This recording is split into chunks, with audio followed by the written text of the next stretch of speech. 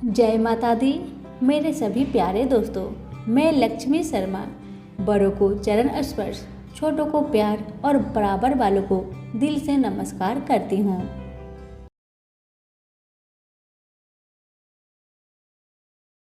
ओम नमः भगवते वासुदेवाय।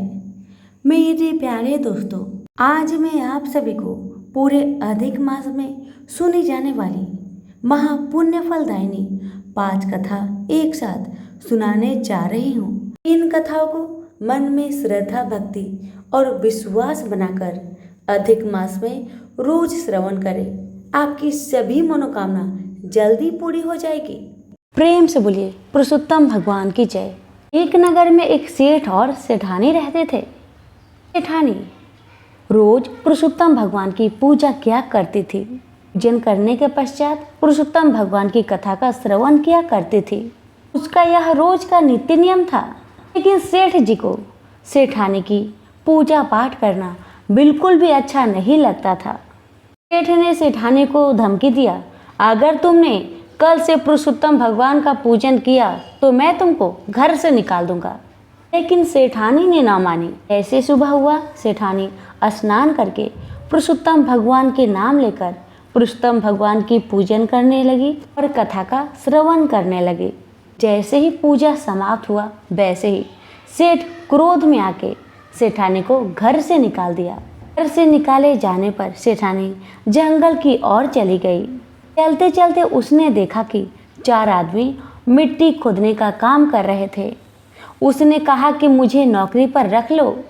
उन्होंने उसे रख लिया, लेकिन मिट्टी खोदने से सेठानी के हाथों में छाले पड़ गए और उसके बाल भी उड़ गए।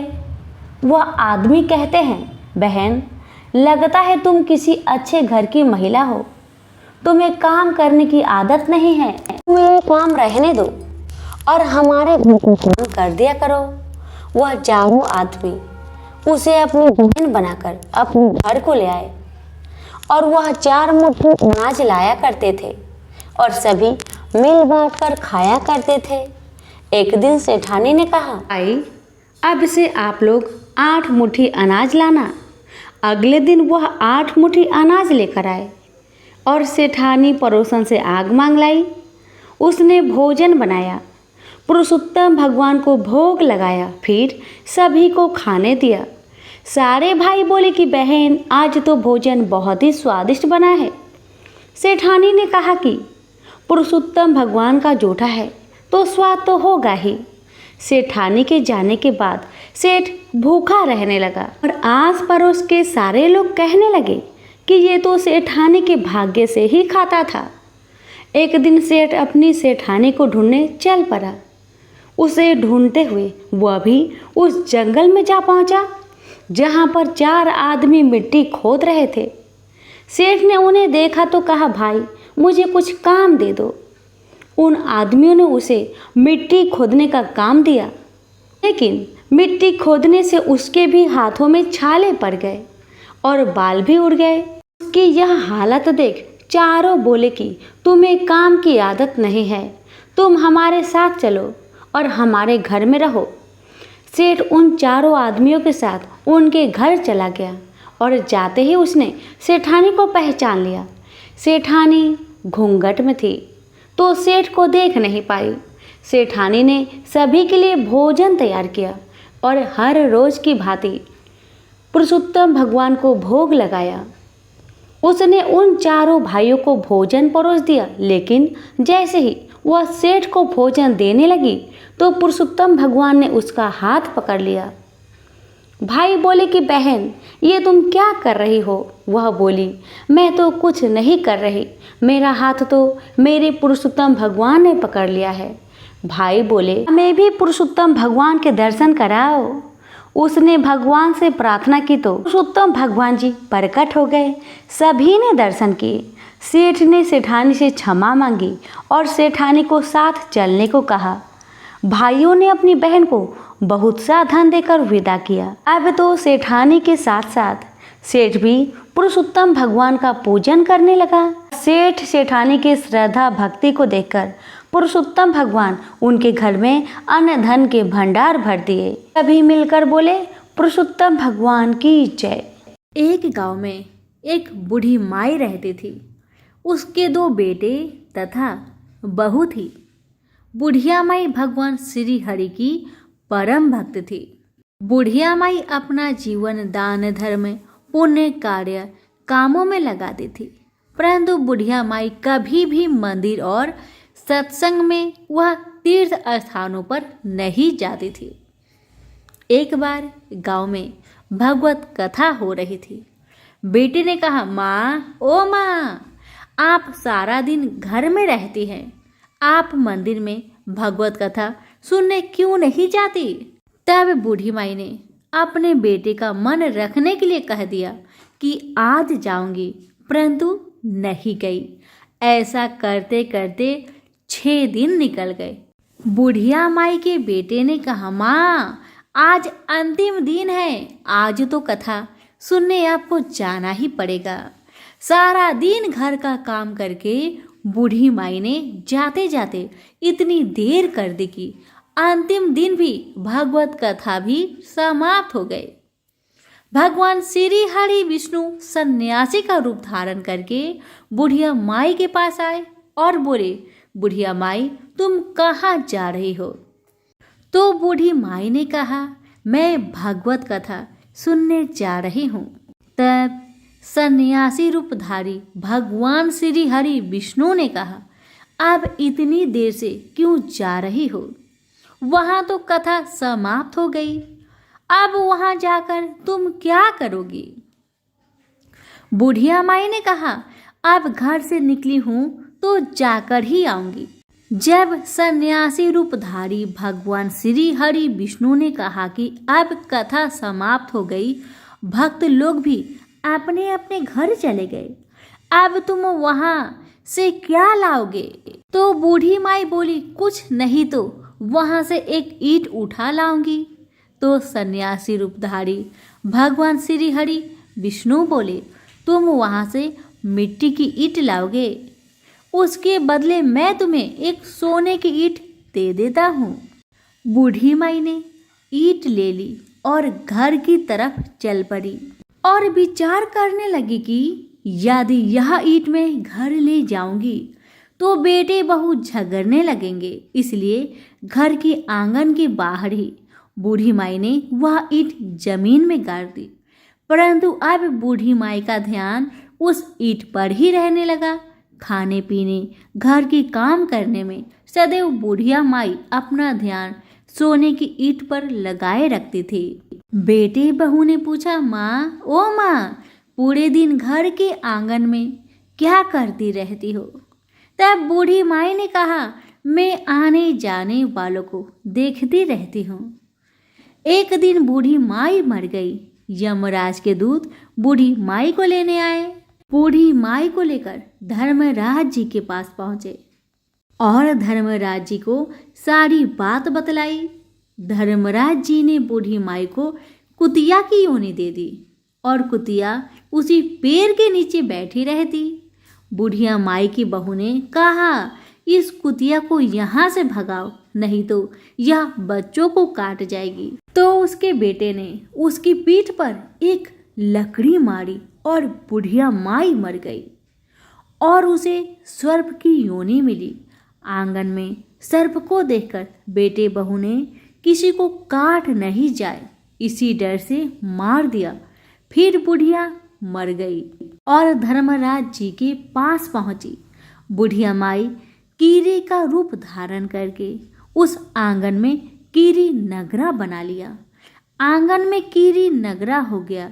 घर वाले बहुत परेशान हुए। घर वाले भोजन भी नहीं बना रहे थे और मन ही मन होने का स्मरण करने लगे। जब भगवान श्री हरि विष्णु सन्यासी रूप धारण करके आए और बोले कि कुछ खाने को दे दो, तो घर वालों ने कहा, महाराज, हमारे खाने को भी कुछ नहीं बनाया क्योंकि हमारे घर में कीरी नगरा हो गया है, आप ही इसका उपाय बतलाए। तब महाराज जी ने आंगन में खोदा और सोने की 28 निकाली और दोनों बेटों को दे दी। और कहने लगे, तुम्हारी माँ के नाम से दान पुण्य करना, धर्मशाला बनवाना, स्कूल बनवाना, पाव लगवाना, गौशाला में गाय के चारे खाने की व्यवस्था करना। परंतु दोनों बेटे आपस में झगड़ने लगे कि तू दान कर तो तू दान कर। किसी ने भी बूढ़ी माई के नाम से कुछ भी दान नहीं किया और कीरी नगरा वहां उसी स्वरूप में स्थापित रहा। कुछ दिन बाद सन्यासी वापस आया और बूढ़ी माई के बेटों ने भगवान स्वरूपधारी सन्यासी महाराज से कहा कि हमारे घर की हालत वैसी की वैसी ही है, कीरी नगरा तो वैसा का वैसा ही है। तब साधु रूप धारी सन्यासी महाराज ने कहा, वह सोने की ईंट के टुकड़े लाओ और उन्हें बेचकर उनसे जो भी धन मिले उसे तुम्हारी माँ के नाम से दान पुण्य करो। इस कीरी नगरा पर शक्कर और आटा डालो। तुम ऐसा करोगे तो तुम्हारी माँ को मोक्ष प्राप्ति होगी और उनके घर से कीरी नगरा चला जाएगा। जो व्यक्ति प्रतिदिन सुबह प्रातः आटा और शक्कर खीरी नगरी पर डालता है, वह सदैव धनवान, पुत्रवान, संपन्न, सुख शांति से जीवन यापन करता है। उसके घर में कभी कोई कष्ट नहीं आता है। उसका जीवन सदा सर्वदा आनंद से व्यतीत होता है। उसके परिवारजन उसे अत्यधिक स्नेह प्रदान करते हैं। कीरी नगरा प्रतिदिन सींचने से जुड़ी नगरी की कहानी सुनने से, दान पुण्य व धर्म कार्यों में रुचि लगाने से जीवन उत्तम हो जाता है। जय बोले विष्णु भगवान की जय। प्रेम से बोलिए तुलसी मैया की जय हो। हर महीने में एक बुढ़िया माई तुलसी माता का पूजन और सींचन करती और साथ में कहती, हे तुलसी माता, सत की दाता, मैं तेरा बिडला सींचती हूँ, मुझे बहू दे, पीताम्बर की धोती दे, मीठा मीठा घास दे, बैकुंठा में बास दे, चटक की चाल दे, पतक की मौत दे, चंदन का काठ दे, रानी सा राज दे, दाल भात का भोजन दे, 11 की मौत दे, श्री कृष्ण का कांधा दे। बूढ़ी माई की ये सभी बातें सुनकर तुलसी माता सूखने लगी तो भगवान ने पूछा कि हे तुलसी, तुम क्यों सूख रही हो? भगवान की बातें सुन तुलसी माता कहने लगी कि एक बुढ़िया माई मेरे पास रोज आती है और वह पूजन करके यही बात कह जाती है। मैं सब बात को पूरा कर दूंगी, लेकिन भगवान कृष्ण का कंधा कहाँ से लाऊंगी? तो भगवान बोले, जब वो बुढ़िया मरेगी तो मैं अपने आप उसे कंधा देने आ जाऊंगा। तो बुढ़िया माई से कह देना। समय बीतता गया। जब बुढ़िया माई मर गई, सब लोग आ गए। जब माई को ले जाने लगे तो वह किसी से न उठी। तब भगवान एक 12 बरस के बालक का रूप धारण करके आए। बालक ने कहा, मैं कान में एक बात कहूँगा तो बुढ़िया माई उठ जाएगी। बालक ने कान में कहा, बुढ़िया माई मन की निकाल ले, पीताम्बर की धोती ले, मीठा मीठा घास ले, बैकुंठा बास ले, चटक की चाल ले, पटक की मौत ले, कृष्णा जी का कांधा ले। यह सुनकर बुढ़िया माई हल्की हो गई। भगवान ने कंधा दिया और बुढ़िया माई को मुक्ति मिल गई। हे तुलसी माता, जैसे बुढ़िया माई को मुक्ति दी वैसे सबको देना। प्रेम से बोलिए तुलसी मैया की जय हो। धरती माता के व्रत व पूजन का विशेष महत्व शास्त्रों और पुराणों में वर्णित है। धरती माता का व्रत और पूजन करते समय धरती माता की कहानी सुनी जाती है। जो भी व्यक्ति सच्चे मन से धरती माता की पूजा करता है तो उसे पाप कर्मों से छुटकारा मिलता है। धरती माता की कहानी सुनने से व्यक्ति की मनोकामनाएं पूर्ण होती है। प्रेम से बोलिए धरती माता की जय हो। अब सुनिए कथा। प्राचीन समय की बात है। एक गांव में एक माँ और उसका बेटा बेटी रहा करते थे। माँ गरीब थी, वह मजदूरी करके अपने परिवार का पेट भरती थी। धीरे धीरे दिन गुजरते गए और बच्चे बड़े होने लगे। बेटी शादी की योग्य हो गई, तब माँ बूढ़ी हो गई। माँ ने अपने बेटे से कहा कि बेटा, तेरी बहन शादी की योग्य हो गई है, इसलिए तेरे जैसा घर वर देखकर उसकी शादी करना। ऐसा बोलकर माँ तो कुछ दिनों के बाद मर गई। उसका भाई गांव-गांव में घूमा, लेकिन बहन की योग्य पति नहीं मिला। वह घूम घूम कर थक गया और एक दिन सोचने लगा कि मेरे जैसा तो इस दुनिया में कोई नहीं है, इसलिए मैं ही इससे शादी कर लेता हूँ। ऐसा सोचकर वह चुनरी और शादी के लिए सब सामान ले आया। तब उसकी बहन ने पूछा कि भाई, तुम ये सब सामान क्यों लेकर आए हो? तब उसके भाई ने कहा कि बहन, यह सब सामान तुम्हारी शादी के लिए लेकर आया हूँ। गांव वालों ने बहन से कहा कि तुम्हारा भाई ही तुमसे शादी करने वाला है। तब बहन ने जाकर अपने भाई से पूछा कि भाई, मेरी शादी किससे कर रहे हो? इस पर भाई ने कोई जवाब नहीं दिया। तब बहन समझ गई। उसने एक लोटे में जल लिया, चुनरी ली और चप्पल पहनकर जंगल की तरफ चली गई। जंगल में गाय चराने वाले ग्वालों ने उससे पूछा कि कहाँ जा रही हो? तो वह कुछ नहीं बोली।